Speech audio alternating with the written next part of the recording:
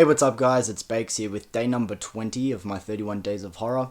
Today's movie, I'm not gonna lie, it was just completely random. I was looking through my shelf and saw some of my Godzilla sets sitting there and I went, you know what, one of these movies will do. So I decided to go with 2004's Godzilla Final Wars, which is essentially the Avengers Endgame of the original Godzilla movies. That's the cover for it there. I'll put the actual cover on the thumbnail of this video so everyone can see it. But as I said, 2004's Godzilla Final Wars. I have seen this movie before.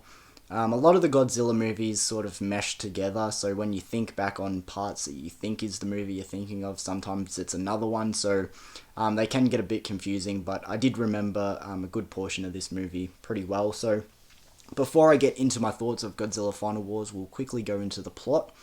So in this movie, there is this specially trained troop, essentially soldiers, called Organization M, and their job is for whenever monsters attack, they are there to defend Earth.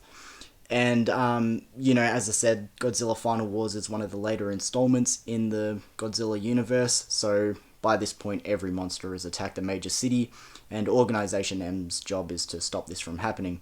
Early on in this movie, every monster all at the same time just goes, you know what, we're going to attack a major city. And they're attacking, cities all over the world and what have you. And then all of a sudden they just disappear and no one knows where they went. Everyone's like, what the fuck? It turns out these aliens in this big spaceship got rid of all the monsters. Obviously humanity are grateful. They're like, thank you for helping us out. And the aliens seem to have good intentions, but as the movie goes on, we start to figure out what their true intentions actually are. So I'll leave it there for the plot and let's get into my thoughts of 2004's Godzilla Final Wars. So to not beat around the bush, a huge portion of this movie's runtime has nothing to do with any of the monsters, let alone Godzilla. I forgot to say in the plot description in my introduction before, but Godzilla is taken out in the first 10 minutes of this movie. And when I say taken out, not killed. If I remember right, he's trapped under ice or something. And he does make a return later in the movie, but for the first 75% of this movie's runtime, Godzilla has to have about 5 minutes of screen time, like he's barely in it. As I said, he returns later, but none of the monsters are really in this movie. But take the monster element out of the film, it turns into a kind of fun action-adventure about an alien invasion. As I said, these aliens come, get rid of all the monsters, and obviously the people on Earth are like, thank you, like they obviously have good intentions if they're saving us from monsters. And the aliens start off very polite and, they say they have good intentions, but that's where the mystery starts to unravel, and it is actually pretty interesting. As I said, it turns into this action adventure. Feels very Pod People-like, Invasion of the Body Snatchers. We see that a lot of the time in horror and sci-fi. It turns into that sort of deal, and it actually is pretty interesting. You come into this movie thinking you're going to see giant behemoths, fight around the cities, and you do see that, and we'll get into that. But for a huge portion of this movie, it is about aliens and this sci-fi action adventure, which, to be fair, was done kind of well.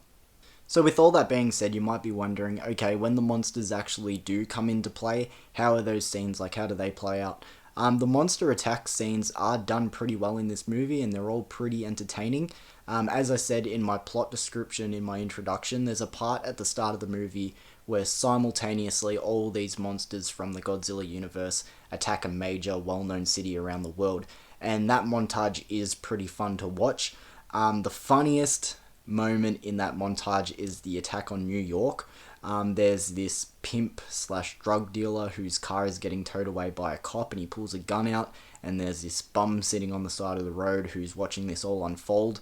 It's clearly just Japan's version of America and their stereotypes, and then Rodan just flies in and all their hats fly off their head with this really cheesy sound effect. It's just really fucking funny. Australia, get a shout out. The city that gets attacked for Australia is Sydney, and we get the most random fucking Easter egg of a Godzilla monster.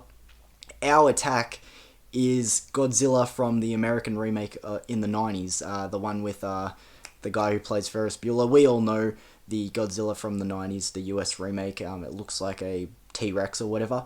That's the one that attacks Sydney, and I feel like it's a missed opportunity to not give that version of Godzilla to America. Like, as I said, America got attacked by Rodan.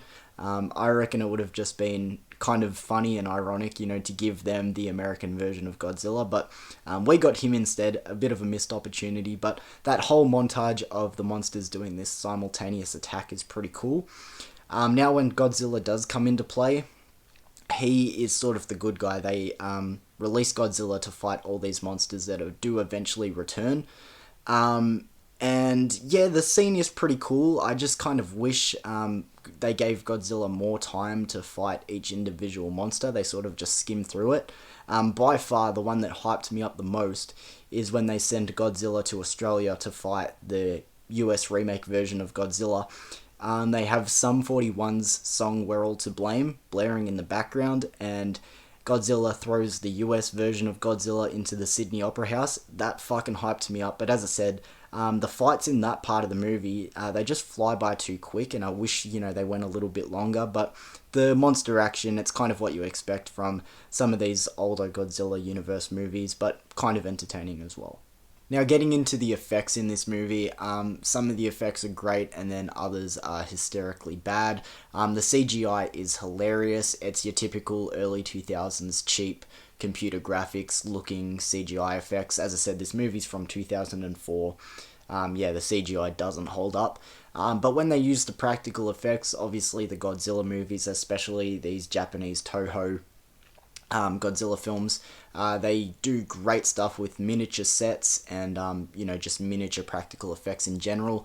And they look fucking great, and I wish they just did them all the time. And I wish, like, other movies, like even ones made in the US and everything, would use miniatures more, because it's just done so fucking well, and it just really immerses you in the universe and everything. I love it. So the effects in general over, you know, the whole of this movie are quite 50-50.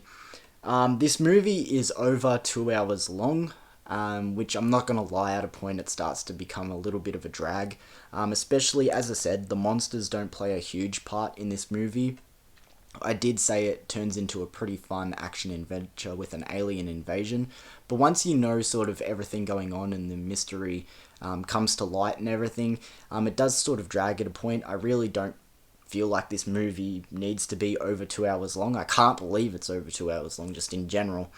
But to wrap it up, as I said, this is pretty much the Toho Godzilla universe's version of Avengers Endgame. Like, as I said, it has Easter eggs of past Godzilla monsters and Godzilla monsters from other universes. As I said, the US remake from the 90s is in this film. It is just their version of Avengers Endgame, pretty much. Sometimes I rate these original Toho Godzilla movies a little bit harshly, because, as I said, a lot of them just sort of blend together, and you think you're thinking of one of them, but you're actually thinking of another. Some of them have great moments, but then overall the story isn't anything special. Some of them, Godzilla's a hero, and then he turns into a villain in the next one. They're just very clunky and messy, and to be honest, the original Godzilla movies aren't my favourite to come back to. The OG is the greatest of all time, but sometimes I do rate them a little bit harshly, but I'm going to give Godzilla Final Wars from 2004 a 5 out of 10. As I said, it's pretty fun for the most part, just overstays its welcome. I wish it had more monsters, but at the end of the day, it's not a bad watch, so I'll leave it there for today's review. Thank you for joining me for day number 20 of my 31 Days of Horror. If you have seen Godzilla Final Wars, let me know your thoughts on it, guys. I know it's sort of a niche one, Toho, Japan. You got to read your subtitles, guys. Don't be lazy. And I'll see you tomorrow for day number 21 of my 31 Days of Horror, guys. Peace.